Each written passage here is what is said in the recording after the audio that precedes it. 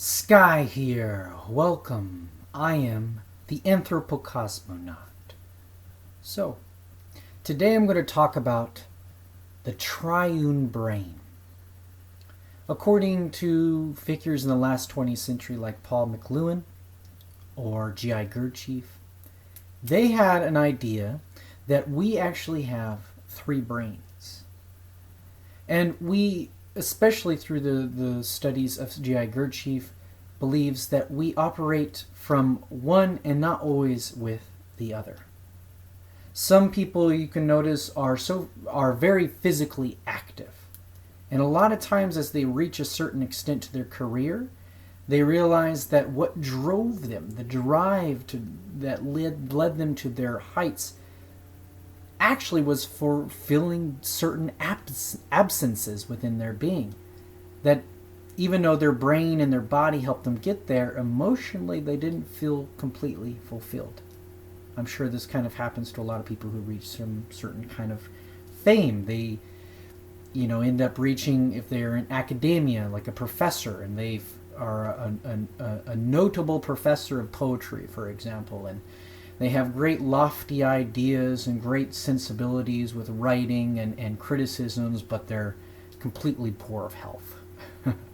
Or they're a mathematician, and they're always in their laboratory and doing equations and coming up with crazy systems and ideas to help travel through space, and yet they're having heart problems or physical issues.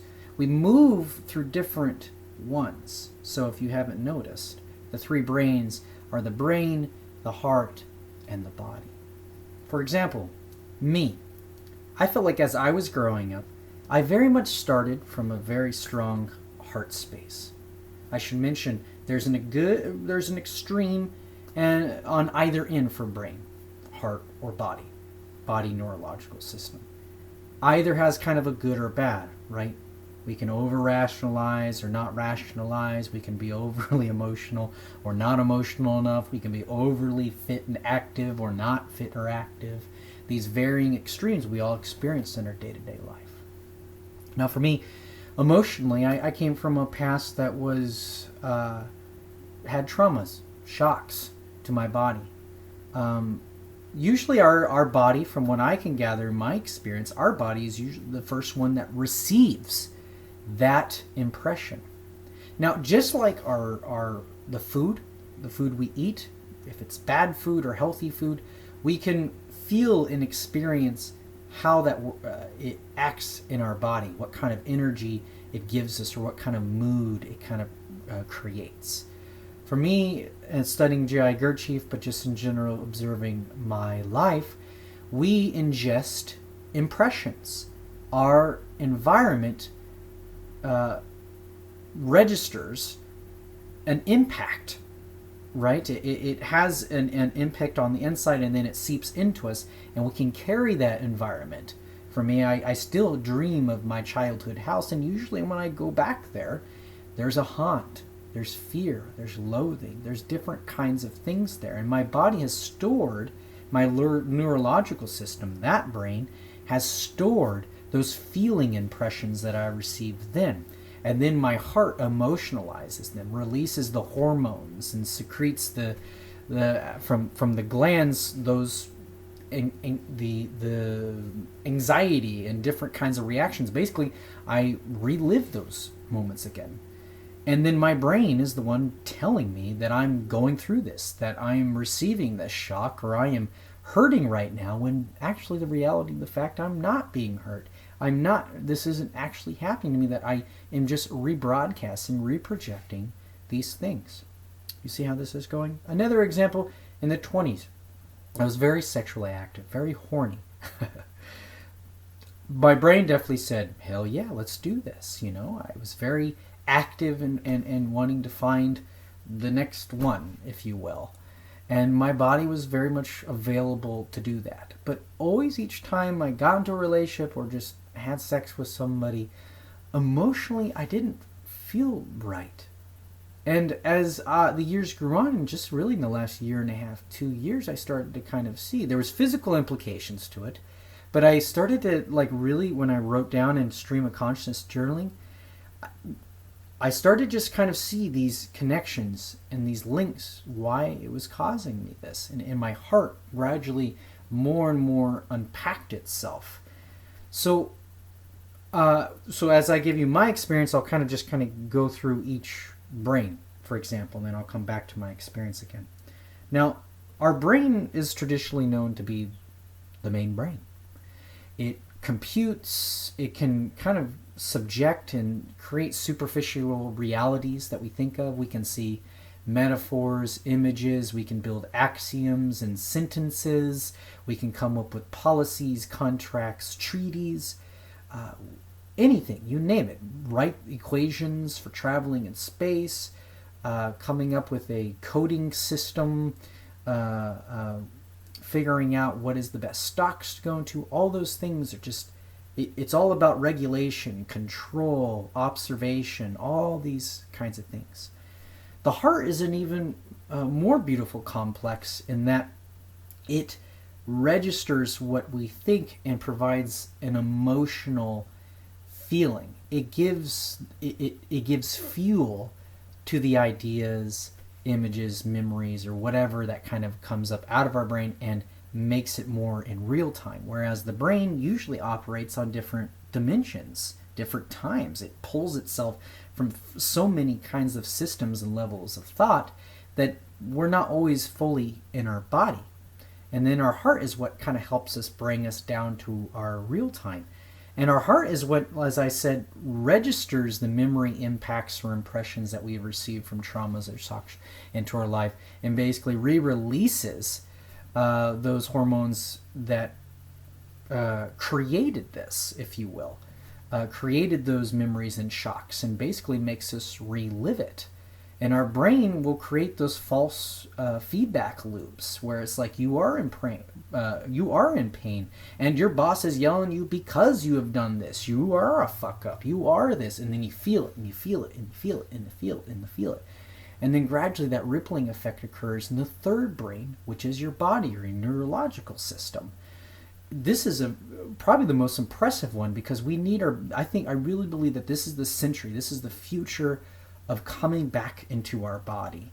Former centuries have drawn great links from reaching wonderful heights of thoughts and ideals that led into great movements and such.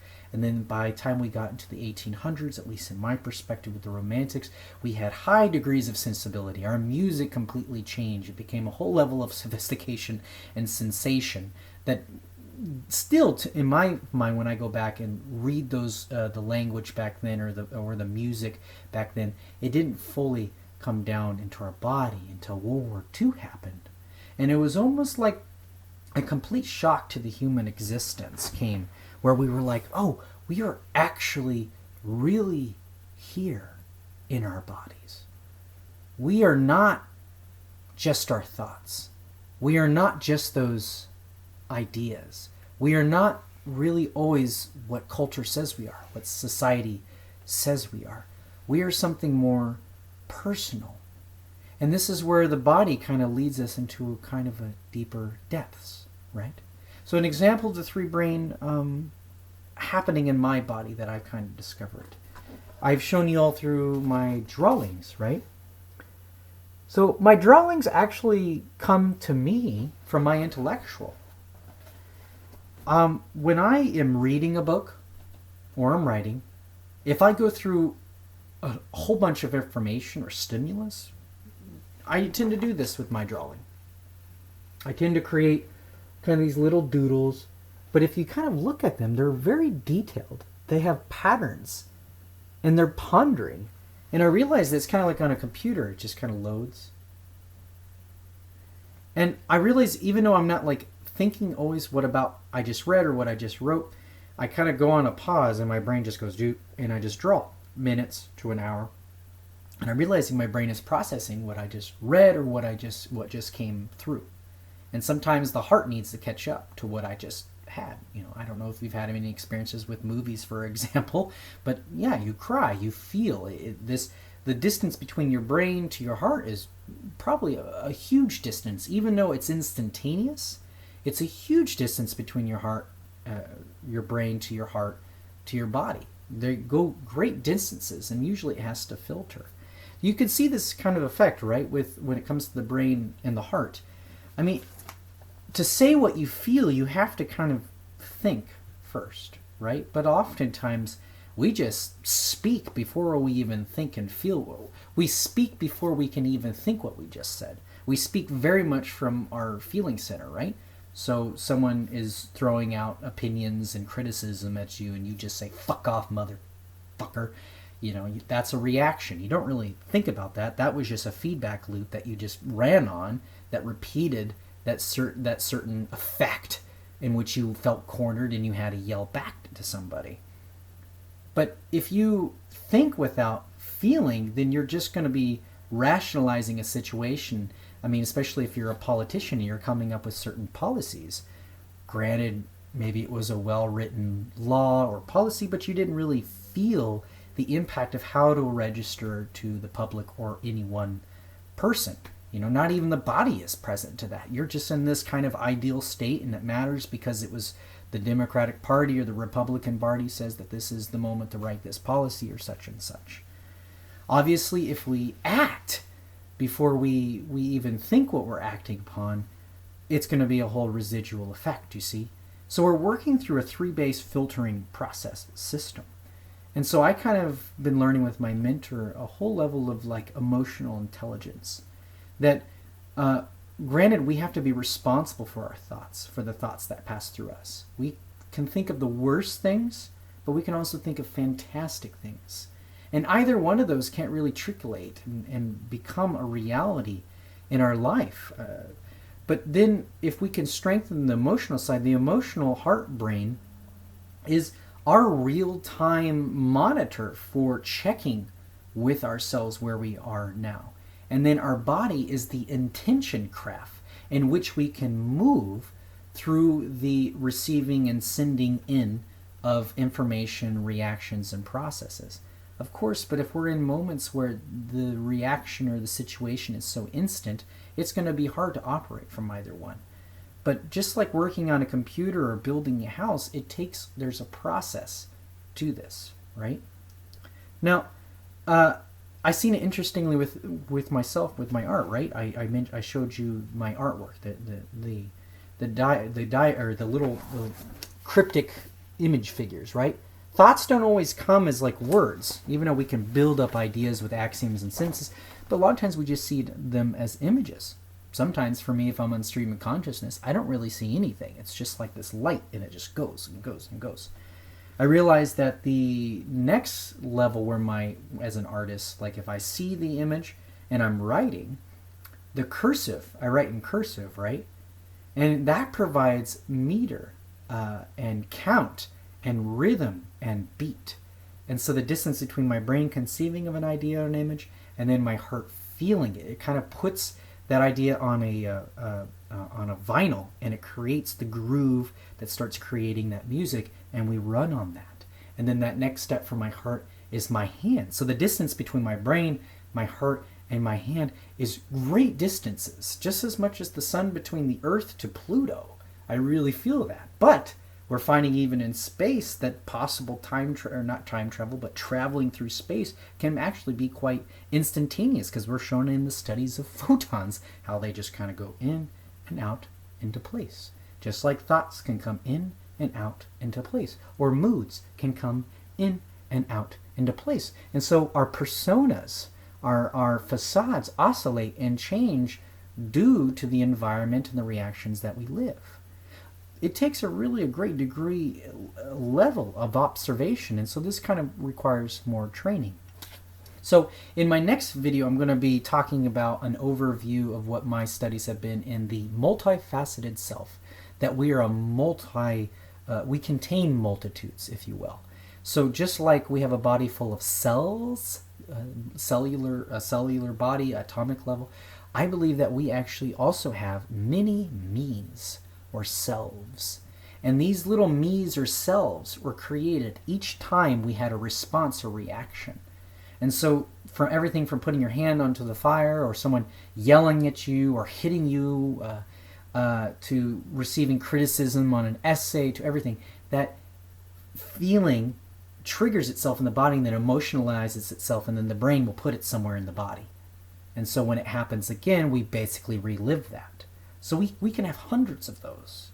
But my goal, as I will show on my Instagram link, is to actually start to concretize certain main cells that are possibly sabotaging your system, and kind of creating this mosaic, this constellation of me's that will hopefully provide kind of a wonderful holistic psychological perspective or tool for navigating ourselves in our life in real time, and to hopefully gain in emotional intelligence and to be smarter, better human beings, to actually be human beings instead of automatons and machines that run on impulses and reactions and responses.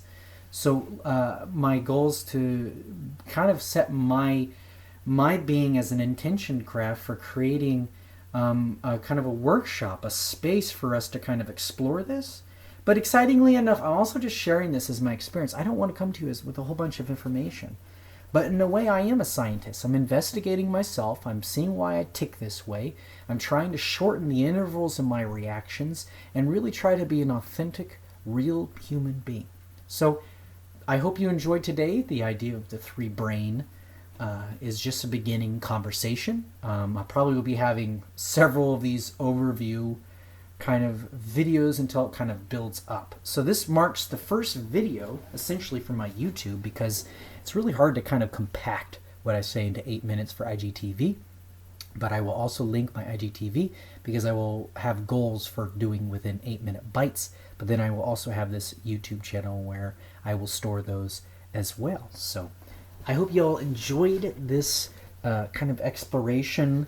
And until next time, Sky the Anthropocosmonaut. Sky out.